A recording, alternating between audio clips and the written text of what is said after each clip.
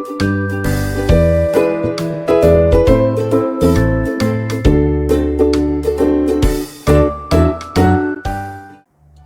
paz do Senhor Jesus, seja bem-vindo ao canal da EBD, da Escola Bíblica Dominical da Igreja Assembleia de Deus em Campina Grande.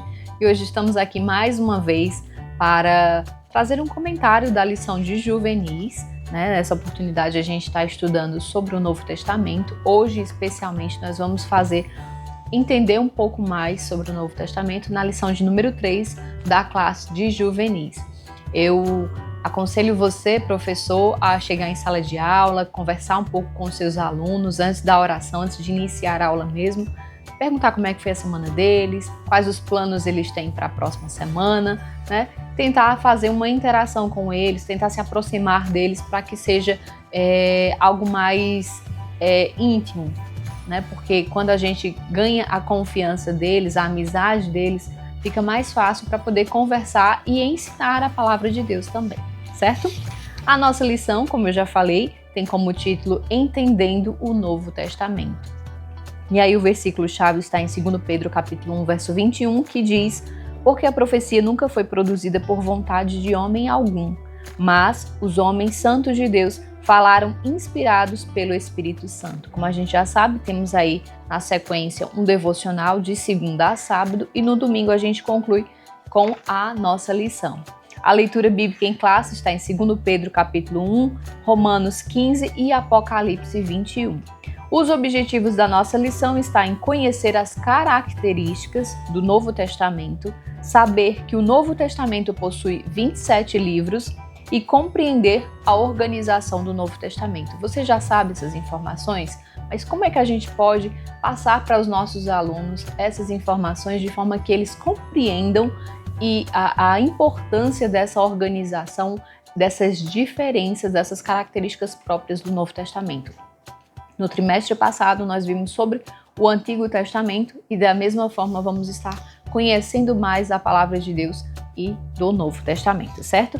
Então a nossa lição ela já começa falando que a Bíblia, e que o Novo Testamento, ela é inspirada por Deus, mas foi escrita por mãos humanas. E aí vai começar um pouquinho falando sobre esses 27 livros que contêm o Novo Testamento e as 4 categorias nas quais eles se dividem, que é exatamente sobre isso que nós vamos ver. Então, o tópico 1 vai falar um pouco sobre os evangelhos.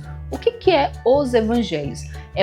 Essa palavra evangelhos tem origem grega e significa boa notícia ou boas novas. Por isso que a gente sempre fala, vamos pregar as boas novas do evangelho, né? As boas novas da palavra de Deus, as boas novas de Deus.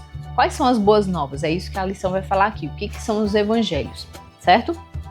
Os evangelhos existem 4 livros que são considerados evangelhos, que são os primeiros livros do Novo Testamento. Então a gente vai ter Mateus, pela ordem, Mateus, Marcos, Lucas e João. O que esses evangelhos vêm transmitindo para todos nós na Bíblia Sagrada? Esses evangelhos eles vão tratar basicamente sobre os registros de nascimento de Jesus, a sua vida, os seus ensinamentos, a sua morte e ressurreição e também a promessa de retorno para a busca da sua igreja. Então, são 4 evangelhos, porém, esses 4 evangelhos, na verdade, é apenas um. É apenas um. Eles são apenas escritos por diferentes pessoas, mas na verdade é apenas um evangelho. Por isso que muitas vezes a gente fala o evangelho, a gente não fala os evangelhos, não. O evangelho, porque o objetivo, a essência desses 4 livros é a mesma, é falar sobre Jesus, é falar sobre o que Jesus fez, os ensinamentos que ele nos deu. As boas novas é exatamente essa, a boa nova de Deus é exatamente essa, é Jesus, certo?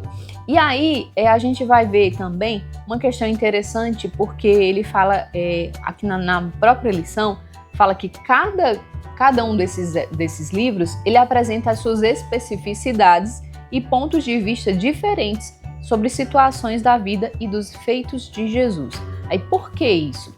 Porque Mateus e João, eles são testemunhas oculares do que Jesus fez, ou seja, eles estavam presentes o tempo todo, eles estavam vendo o que Jesus fazia. Já o Marcos e Lucas, eles pesquisaram, eles ouviram os relatos dos apóstolos e viram os testemunhos, fizeram as suas pesquisas e acrescentaram no livro deles. Então você pode ver que não são livros distintos. Quando você lê os 4 na sequência, você vai ver que um complementa o outro. Eles não divergem, eles não são divergentes nas informações. Pelo contrário, um traz às vezes um detalhe a mais que no outro livro não tinha, mas eles se complementam. Então é muito importante destacar isso para os seus alunos. O segundo livro que nós vamos, a segunda categoria, aliás, que nós estaremos vendo, é o livro histórico. Apesar dos livros dos evangelhos trazerem fatos históricos, o Novo Testamento só considera apenas um livro histórico, que é o livro de Atos dos Apóstolos. Por quê? O que é que significa Atos dos Apóstolos?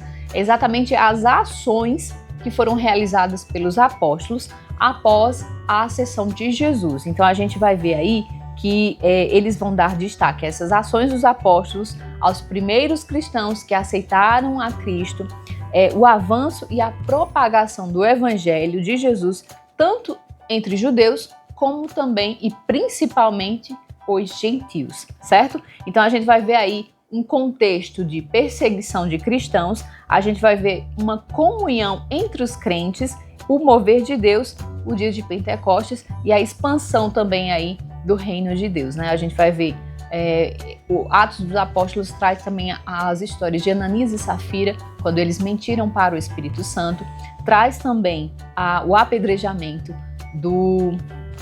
e a morte de Estevão, que foi o primeiro mártir registrado na Bíblia, registrado no Novo Testamento, né, no livro de Atos. Vamos ver também a pregação do apóstolo Pedro, que foi uma pregação com ousadia, com o mover do Espírito Santo, e mais de 3.000 pessoas aceitaram a Cristo. Vamos ver também a conversão de Saulo de Tarso. Saulo de Tarso, que aceitou a Cristo e teve o seu nome mudado, né? Ele modificou o nome dele de Saulo para Paulo, e foi aí um dos apóstolos dos gentios. E o livro de Atos também traz muitos relatos das viagens missionárias dele, né? Como foi que ele foi até determinados locais pregar a palavra de Deus.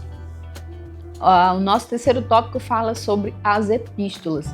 Nós sabemos que dos 27 livros que estão dentro do Novo Testamento, 21 deles são epístolas, certo? E dessas epístolas a gente tem aí a diferenciação de que algumas epístolas foram escritas pelo próprio Paulo e outras por outros apóstolos, certo?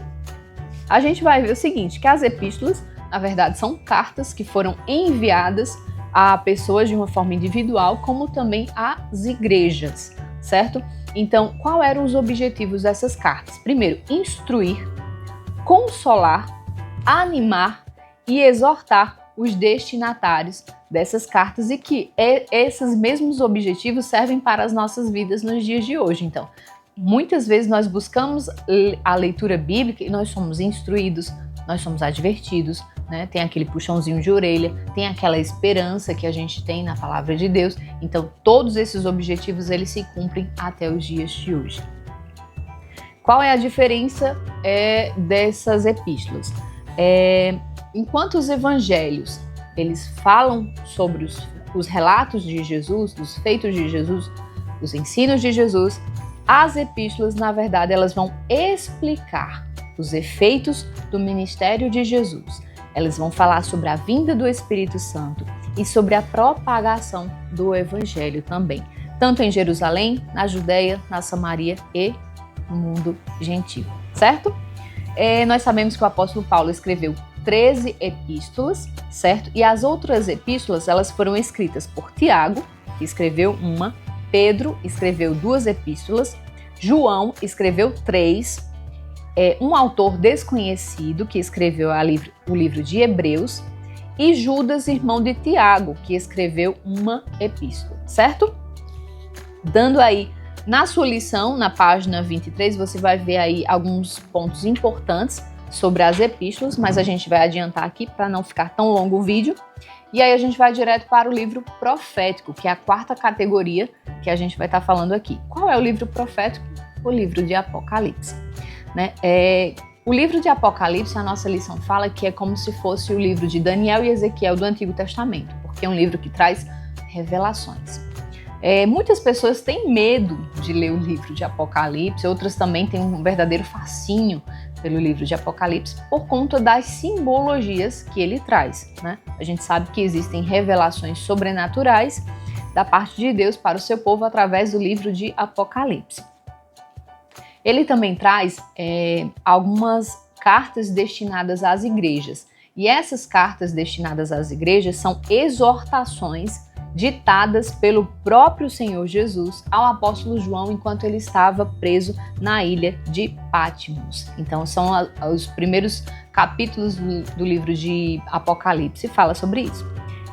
O que acontece com esse medo que as pessoas têm do livro de Apocalipse? Na verdade, eles têm medo porque retrata alguns seres do mal que subjugam o mundo. Então, são seres terríveis que subjugam o mundo. E a gente sabe que a imaginação das pessoas ela é muito fértil e elas imaginam isso de uma forma real, concreta. Mas, na verdade, o livro de Apocalipse ele traz simbologias, né? Simbologias que vão ser reveladas no tempo certo. Muitas já estão sendo reveladas, né? Basta você ter uma sensibilidade e pedir a Deus que traga essa visão espiritual para a sua vida. Além de falar sobre juízo divino, o livro de Apocalipse também fala sobre esperança. Isso mesmo, a esperança da igreja. E aí ele vai destacar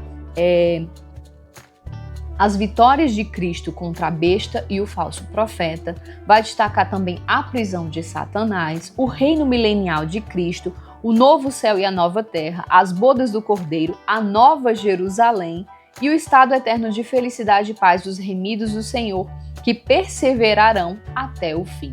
Então, a gente pode observar aqui que o Novo Testamento ele é completo, porque ele fala sobre Jesus, ele fala os feitos de Jesus, eles nos ensinam de forma prática, né, qual a aplicação pessoal que nós podemos trazer para a nossa vida. Está escrito no Novo Testamento, e também trazer nossa esperança, né? A nossa esperança na vinda de Jesus e o que Jesus vai fazer por toda a sua igreja.